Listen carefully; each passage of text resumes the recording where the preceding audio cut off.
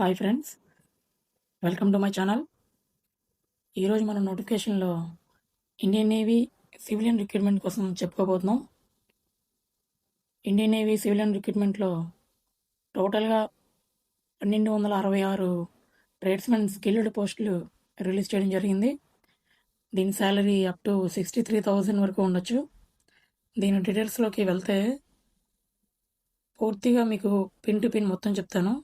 జాగ్రత్తగా వీడియో చివరి వరకు చూడండి. ఇండియన్ నేవీలో సర్వీస్ సివిలియన్ అని రెండు ఉంటాయి. చాలామందికి తెలియదు. అంటే అందరూ యూనిఫామ్ వేసుకొని వైట్ డ్రెస్ వేసుకొని షిప్లో వర్క్ చేయడం అనుకుంటారు. కానీ షిప్ బయట కూడా వర్క్ చేసే వాళ్ళని సివిలియన్స్ అంటారనమాట. దాన్ని పోస్టులు ఇవాళ మనం నోటిఫికేషన్ చూడబోతున్నాం. ఈరోజు మన నోటిఫికేషన్లో మీరు కానీ మన ఛానల్ సబ్స్క్రైబ్ చేసుకోకపోతే ఇప్పటివరకు దయచేసి చేసుకోండి. ఇలాంటి నోటిఫికేషన్స్ ఎన్నో మన ఛానల్లో ముందు పెడతాను. మీ ఫ్రెండ్స్ ఎవరైనా జాబ్ కోసం చూస్తూ ఉంటే వాళ్ళకు కూడా ఈ ఛానల్ కోసం షేర్ చేయండి. అండ్ మనం వీడియోలోకి అయితే వెళ్ళిపోదాం. ఇండియన్ నేవీ సివిలియన్ నోటిఫికేషన్లో ఈరోజు 1266 అంటే మొత్తం గ్రూప్ సి పోస్టులు నాన్ గెజిటెడ్లో 1266 పోస్టులు రిలీజ్ చేయడం జరిగింది.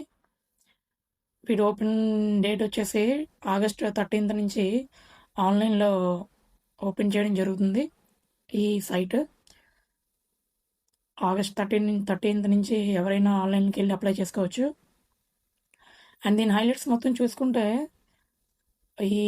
దీనికి ఎవరైతే ఈ పోస్ట్కి ఎవరైతే అప్రెంటిస్ చేశారో వాళ్ళు అప్లై చేసుకోవడానికి ఉంటుంది. వేరే వాళ్ళు ఎవరు చేయడానికి వీలు లేదు.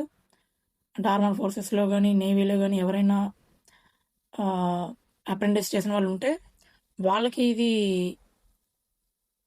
అప్లై చేయడానికి ఎలిజిబిలిటీ ఉంటుంది. వేరే వాళ్ళకి ఎవరికి ఉండదు. ఇంజనీరింగ్ కానీ డిగ్రీ కానీ వేరే వాళ్ళకి ఎవరికి ఉండదు. అండ్ దీని పోస్ట్ నేమ్ వచ్చేసి ట్రేడ్స్మెన్ స్కిల్డ్. టోటల్ వేకెన్సీస్ అయితే మీరు చూస్తున్నారు.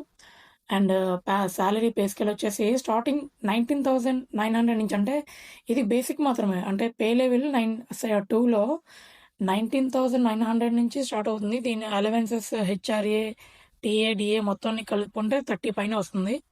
ఇది ఇక్కడ మీరు చూస్తున్నది బేసిక్ అనమాట. 19,900 అనేది బేసిక్. ఎక్కడి నుంచి స్టార్టింగ్ అవుతుంది. And HRA house rent allowance అని అండ్ టీఏడిఏ అనేది ఇంకా చాలా ఉంటాయి. ఇవి మొత్తం చూసుకుంటే 30 పైన వస్తుంది శాలరీ. ఇంకా అలా పెరుగుతూ yearly increment and pay scale revision జరిగినప్పుడు చాలా పెరుగుతూ ఉంటుంది.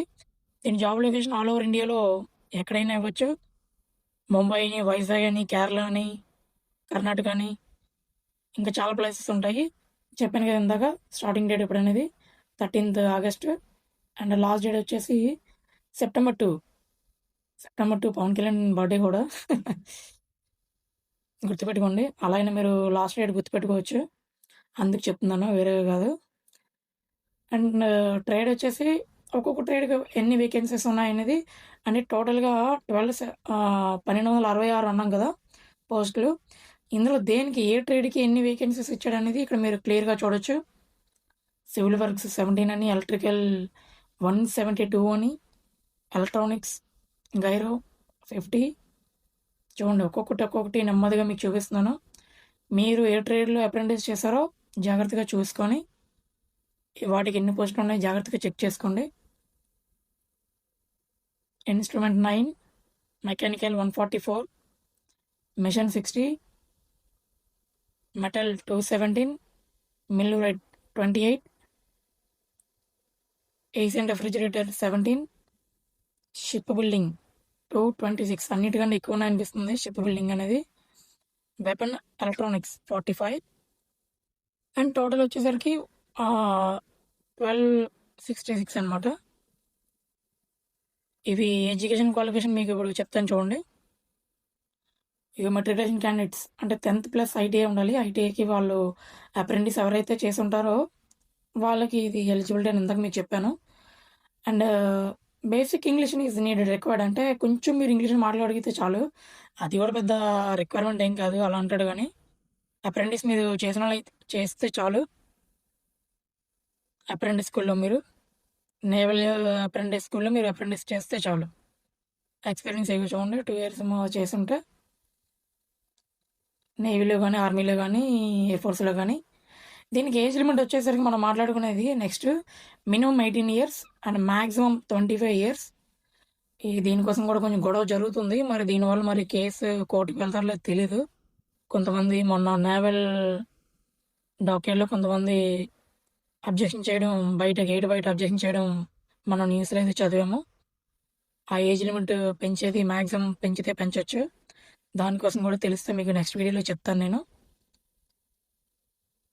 తర్వాత ఏజ్ రిలాక్సేషన్ ఎక్కడి నుంచి ఎంతవరకు ఉండాలి, ఏ క్యాస్ట్‌కి ఎంత ఉండాలనేది మీకు నెక్స్ట్ మేము చూడబోతున్నాం మనం. SC, ST 5 years, OBC 3 years, ఇంకొకటి OBC 13 years, NCL 3 years, UR unreserved category వాళ్ళకి కొంతమందికి, అందరికీ కాదు, అది మీరు చూసుకోండి. డిపార్ట్మెంటల్ క్యాండిడేట్స్కి 40 ఇయర్స్ వరకు ఇచ్చాడు. ఎవరైతే ఇప్పుడు జాబ్ చేస్తున్నారో వాళ్ళకి, ఆల్రెడీ సెంట్రల్ గవర్నమెంట్ సర్వీస్లో ఎవరైతే ఆల్రెడీ జాబ్ చేస్తున్నారో వాళ్ళకి అప్ టు 40 ఇయర్స్ అనమాట. And videos and diverse women అయితే వాళ్ళకి అప్ టు 35 ఇయర్స్.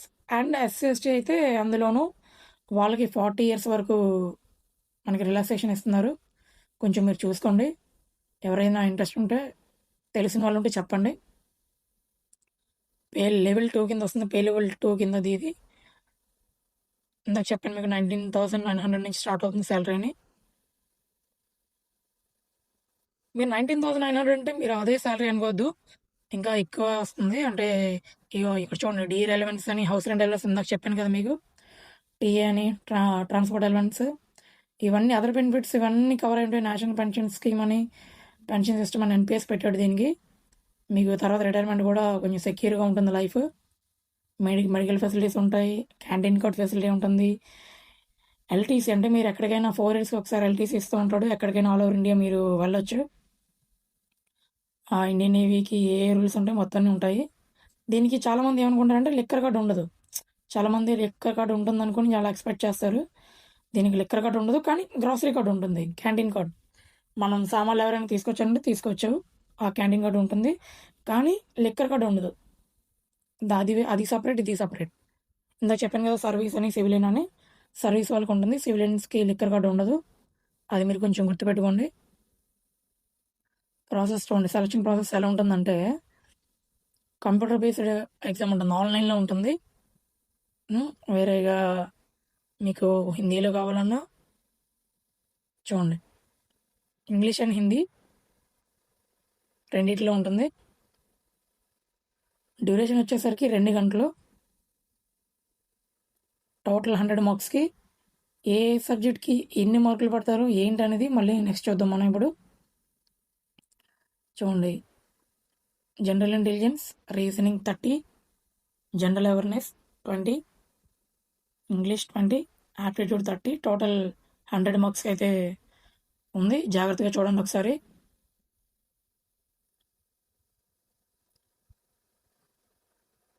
సిలబస్ ఒకసారి మొత్తం చూసుకుంటే, సిలబస్ మొత్తం ఇవ్వండి.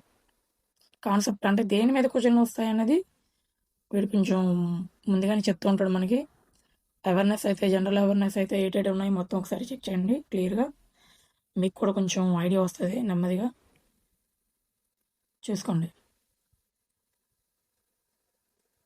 క్వాంటిటేటివ్ యాప్టిట్యూడ్ అంటే నెంబర్ సిస్టమ్ అనేది, ఇవన్నీ పర్సంటేజ్లు, రేషియో ఇవి ఉంటుంటాయి. పెద్ద కష్టమేమి కాదు ప్రిపేర్ అయితే. కొన్ని బుక్స్ ఉంటాయి, వాటి అవి ప్రిపేర్ అవ్వండి. తెలియకపోతే కామెంట్ బాక్స్లో అడగండి, నేను మెన్షన్ చేస్తాను. ఇంగ్లీష్ లాంగ్వేజ్లో ఏ క్వశ్చన్లు వస్తాయనేది కూడా చూసుకోండి. చాలామందికి ఇంగ్లీష్లో కొంచెం ప్రాబ్లం ఉంటుంది, తెలుగు మీడియం వాళ్ళకి. అవి కూడా మీరు చూసుకోండి. హౌ టు అప్లై ఆన్లైన్, ఇంకా లాస్ట్గా ఇవి మనం చూసారు కదా మొత్తం అంతా. ఇప్పుడు ఆన్లైన్లో ఎలా అప్లై చేద్దాం అనేది చూసుకోండి. ఏం కావాలన్నది నేను క్లియర్గా చూపిస్తున్నాను. Passport size photo, colour photo, not older than 3 months, అంటే 3 months బ్యాక్ అది కాకుండా దీన్ని సైజ్ కూడా మీరు గుర్తుపెట్టుకోండి. జేపీజీలో ఎంత సైజులో కావాలన్నది కూడా మీరు గుర్తుపెట్టుకొని చూసుకోండి. బర్త్ సర్టిఫికేట్ అనేది, ఆధార్ కార్డ్ అనేది, మెట్రికులేషన్ సర్టిఫికేట్ అని, అంటే 10th ఎంత సైజు కూడా మీరు గుర్తుపెట్టుకోండి. సైజు కోసం సైజ్ కొంచెం తేడా వస్తే మళ్ళీ అప్లోడ్ అవ్వవు. అవి కొంచెం ప్రాబ్లం పడుతూ ఉంటాయి. ఎక్స్ సర్వీస్‌మెన్ సర్టిఫికేట్ కూడా ఉండాలి. ఎవరైతే ఎక్స్ సర్వీస్ చేశారో వాళ్ళకి. And step by step application guide అంటే చూడండి. సైట్‌లోకి ముందు లాగిన్ అయ్యి అది ఎక్కడ ఉంటుందనేది హోమ్ పేజీలో మొత్తం అంతా చూసుకోండి. ఇన్స్ట్రక్షన్స్ అన్నీ కేర్ఫుల్గా చదివి ప్రొసీడ్ కొట్టండి రిజిస్ట్రేషన్ పేజ్కి. అండ్ తర్వాత బేసిక్ డీటెయిల్స్ నింపి name, date of birth, email ID, mobile number ఇవన్నీ నింపి లాగిన్ అవ్వాలి. మీ క్రెడిషన్స్తో లాగిన్ అయ్యి అండ్ అప్లికేషన్ ఫామ్ తర్వాత మీరు నింపుకోవాలి ఎడ్యుకేషన్ క్వాలిఫికేషన్స్ అనేది ఏంటనేది.